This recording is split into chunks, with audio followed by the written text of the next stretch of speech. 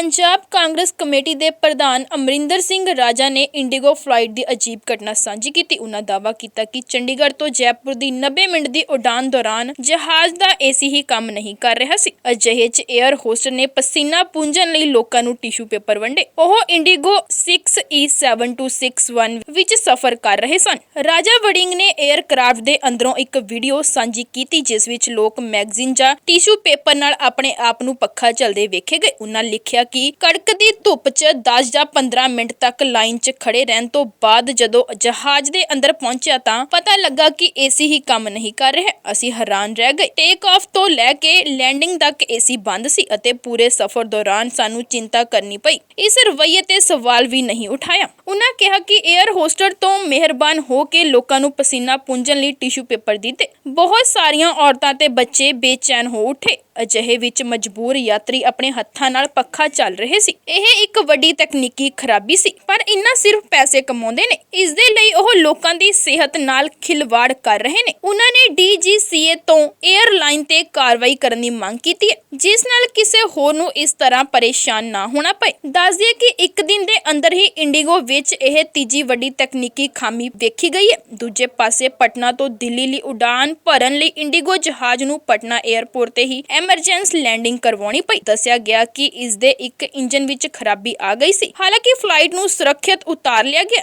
ਦੂਜੇ ਪਾਸੇ ਰਾਂਚੀ ਤੋਂ ਦਿੱਲੀ ਜਾਣ ਵਾਲਾ ਜਹਾਜ਼ 1 ਘੰਟੇ ਦੇ ਅੰਦਰ ਹੀ 에ਅਰਪੋਰਟ ਤੇ ਪਰਤਣ ਆਇਆ। ਇਸ ਵਿੱਚ ਵੀ ਖਰਾਬੀ ਦੀ ਸ਼ਿਕਾਇਤ ਸਾਹਮਣੇ ਆਈ ਸੀ। ਪੰਜਾਬ ਕਾਂਗਰਸ ਕਮੇਟੀ ਦੇ ਪ੍ਰਧਾਨ ਅਮਰਿੰਦਰ ਸਿੰਘ ਰਾਜਾ ਨੇ ਇੰਡੀਗੋ ਫਲਾਈਟ ਦੀ ਅਜੀਬ ਘਟਨਾ ਸਾਂਝੀ ਕੀਤੀ। ਉਨ੍ਹਾਂ ਦਾਅਵਾ ਕੀਤਾ ਕਿ ਚੰਡੀਗੜ੍ਹ ਤੋਂ ਜੈਪੁਰ ਦੀ 90 ਮਿੰਟ ਦੀ ਉਡਾਨ ਦੌਰਾਨ ਜਹਾਜ਼ ਦਾ ਏਸੀ ਹੀ ਕੰਮ ਨਹੀਂ ਕਰ ਰਿਹਾ ਸੀ। ਅਜਿਹੇ 'ਚ 에ਅਰ ਹੋਸਟ ਨੇ ਪਸੀਨਾ ਪੂੰਝਣ ਲਈ ਲੋਕਾਂ ਨੂੰ ਟਿਸ਼ੂ ਪੇਪਰ ਵੰਡੇ। ਉਹ ਇੰਡੀਗੋ 6E7261 ਵਿੱਚ ਸਫ਼ਰ ਕਰ ਰਹੇ ਸਨ। ਰਾਜਾ ਵੜਿੰਗ ਨੇ 에ਅਰਕ੍ਰਾਫਟ ਦੇ ਅੰਦਰੋਂ ਇੱਕ ਵੀਡੀਓ ਸਾਂਝੀ ਕੀਤੀ ਜਿਸ ਵਿੱਚ ਲੋਕ ਮੈਗਜ਼ੀਨ ਜਾਂ ਟਿਸ਼ੂ ਪੇਪਰ ਨਾਲ ਆਪਣੇ ਆਪ ਨੂੰ ਪੱਖਾ ਝੱਲਦੇ ਵੇਖੇ ਗਏ। ਉਨ੍ਹਾਂ ਲਿਖਿਆ ਕਿ ਕੜਕਦੀ ਧੁੱਪ 'ਚ 10 ਜਾਂ 15 ਮਿੰਟ ਤੱਕ ਲਾਈਨ 'ਚ ਖੜੇ ਰਹਿਣ ਤੋਂ ਬਾਅਦ ਜਦੋਂ ਜਹਾਜ਼ ਦੇ ਅੰਦਰ ਪਹੁੰਚਿਆ ਤਾਂ ਪਤਾ ਲੱਗਾ ਕਿ ਏਸੀ ਹੀ ਕੰਮ ਨਹੀਂ ਕਰ ਰਿਹਾ। ਅਸੀਂ ਹੈਰਾਨ ਰਹਿ ਗਏ। ਟੇਕ ਆਫ ਤੋਂ ਲੈ ਕੇ ਲੈਂਡਿੰਗ ਤੱਕ ਏਸੀ ਬੰਦ ਸੀ ਅਤੇ ਪੂਰੇ ਸਫ਼ਰ ਦੌਰਾਨ ਸਾਨੂੰ ਚਿੰਤਾ ਕਰਨੀ ਪਈ। ਇਸ ਰਵੱਈਏ ਤੇ ਸਵਾਲ ਵੀ ਨਹੀਂ ਉਠਾਇਆ। ਉਨ੍ਹਾਂ ਕਿਹਾ ਕਿ 에ਅਰ ਹੋਸਟਰ ਤੋਂ ਮਿਹਰਬਾਨ ਹੋ ਕੇ ਲੋਕਾਂ ਨੂੰ ਪਸੀਨਾ ਪੂੰਝਣ ਲਈ ਟਿਸ਼ੂ ਪੇਪਰ ਦਿੱਤੇ। ਬਹੁਤ ਸਾਰੀਆਂ ਔਰਤਾਂ ਤੇ ਬੱਚੇ ਬੇਚੈਨ ਹੋ ਉੱਠੇ।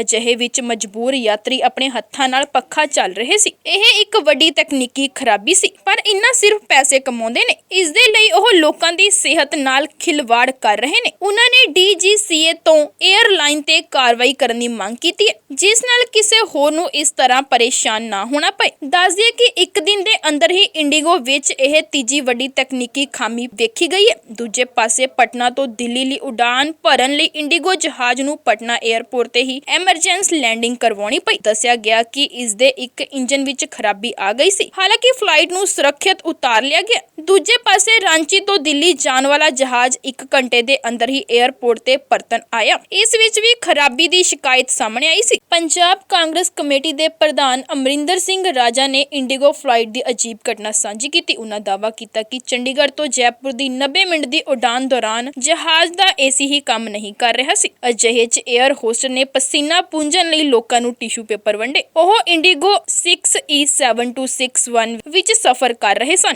ਰਾਜਾ ਵੜਿੰਗ ਨੇ 에ਅਰਕ੍ਰਾਫਟ ਦੇ ਅੰਦਰੋਂ ਇੱਕ ਵੀਡੀਓ ਸਾਂਝੀ ਕੀਤੀ ਜਿਸ ਵਿੱਚ ਲੋਕ ਮੈਗਜ਼ੀਨ ਜਾਂ ਟਿਸ਼ੂ ਪੇਪਰ ਨਾਲ ਆਪਣੇ ਆਪ ਨੂੰ ਪੱਖਾ ਝੱਲਦੇ ਵੇਖੇ ਗਏ। ਉਨ੍ਹਾਂ ਲਿਖਿਆ ਕਿ ਕੜਕਦੀ ਧੁੱਪ 'ਚ 10 ਜਾਂ 15 ਮਿੰਟ ਤੱਕ ਲਾਈਨ 'ਚ ਖੜੇ ਰਹਿਣ ਤੋਂ ਬਾਅਦ ਜਦੋਂ ਜਹਾਜ਼ ਦੇ ਅੰਦਰ ਪਹੁੰਚਿਆ ਤਾਂ ਪਤਾ ਲੱਗਾ ਕਿ ਏਸੀ ਹੀ ਕੰਮ ਨਹੀਂ ਕਰ ਰਿਹਾ। ਅਸੀਂ ਹੈਰਾਨ ਰਹਿ ਗਏ। ਟੇਕ ਆਫ ਤੋਂ ਲੈ ਕੇ ਲੈਂਡਿੰਗ ਤੱਕ ਏਸੀ ਬੰਦ ਸੀ ਅਤੇ ਪੂਰੇ ਸਫ਼ਰ ਦੌਰਾਨ ਸਾਨੂੰ ਚਿੰਤਾ ਕਰਨੀ ਪਈ। ਇਸ ਰਵੱਈਏ ਤੇ ਸਵਾਲ ਵੀ ਨਹੀਂ ਉਠਾਇਆ। ਉਨ੍ਹਾਂ ਕਿਹਾ ਕਿ 에ਅਰ ਹੋਸਟਰ ਤੋਂ ਮਿਹਰਬਾਨ ਹੋ ਕੇ ਲੋਕਾਂ ਨੂੰ ਪਸੀਨਾ ਪੂੰਝਣ ਲਈ ਟਿਸ਼ੂ ਪੇਪਰ ਦਿੱਤੇ। ਬਹੁਤ ਸਾਰੀਆਂ ਔਰਤਾਂ ਤੇ ਬੱਚੇ ਬੇਚੈਨ ਹੋ ਉੱਠੇ। ਅਜਿਹੇ ਵਿੱਚ ਮਜਬੂਰ ਯਾਤਰੀ ਆਪਣੇ ਹੱਥਾਂ ਨਾਲ ਪੱਖਾ ਚੱਲ ਰਹੇ ਸੀ। ਇਹ ਇੱਕ ਵੱਡੀ ਤਕਨੀਕੀ ਖਰਾਬੀ ਸੀ, ਪਰ ਇਨ੍ਹਾਂ ਸਿਰਫ ਪੈਸੇ ਕਮਾਉਂਦੇ ਨੇ। ਇਸ ਦੇ ਲਈ ਉਹ ਲੋਕਾਂ ਦੀ ਸਿਹਤ ਨਾਲ ਖਿਲਵਾੜ ਕਰ ਰਹੇ ਨੇ। ਉਨ੍ਹਾਂ ਨੇ DGCA ਤੋਂ 에ਅਰਲਾਈਨ ਤੇ ਕਾਰਵਾਈ ਕਰਨ ਦੀ ਮੰਗ ਕੀਤੀ ਹੈ, ਜਿਸ ਨਾਲ ਕਿਸੇ ਹੋਰ ਨੂੰ ਇਸ ਤਰ੍ਹਾਂ ਪਰੇਸ਼ਾਨ ਨਾ ਹੋਣਾ ਪਏ। ਦੱਸ ਦਈਏ ਕਿ ਇੱਕ ਦਿਨ ਦੇ ਅੰਦਰ ਹੀ ਇੰਡੀਗੋ ਵਿੱਚ ਇਹ ਤੀਜੀ ਵੱਡੀ ਤਕਨੀਕੀ ਖਾਮੀ ਵੇਖੀ ਗਈ ਹੈ। ਦੂਜੇ ਪਾਸੇ ਪਟਨਾ ਤੋਂ ਦਿੱਲੀ ਲਈ ਉਡਾਨ ਭਰਨ ਲਈ ਇੰਡੀਗੋ ਜਹਾਜ਼ ਨੂੰ ਪਟਨਾ 에ਅਰਪੋਰਟ ਤੇ ਹੀ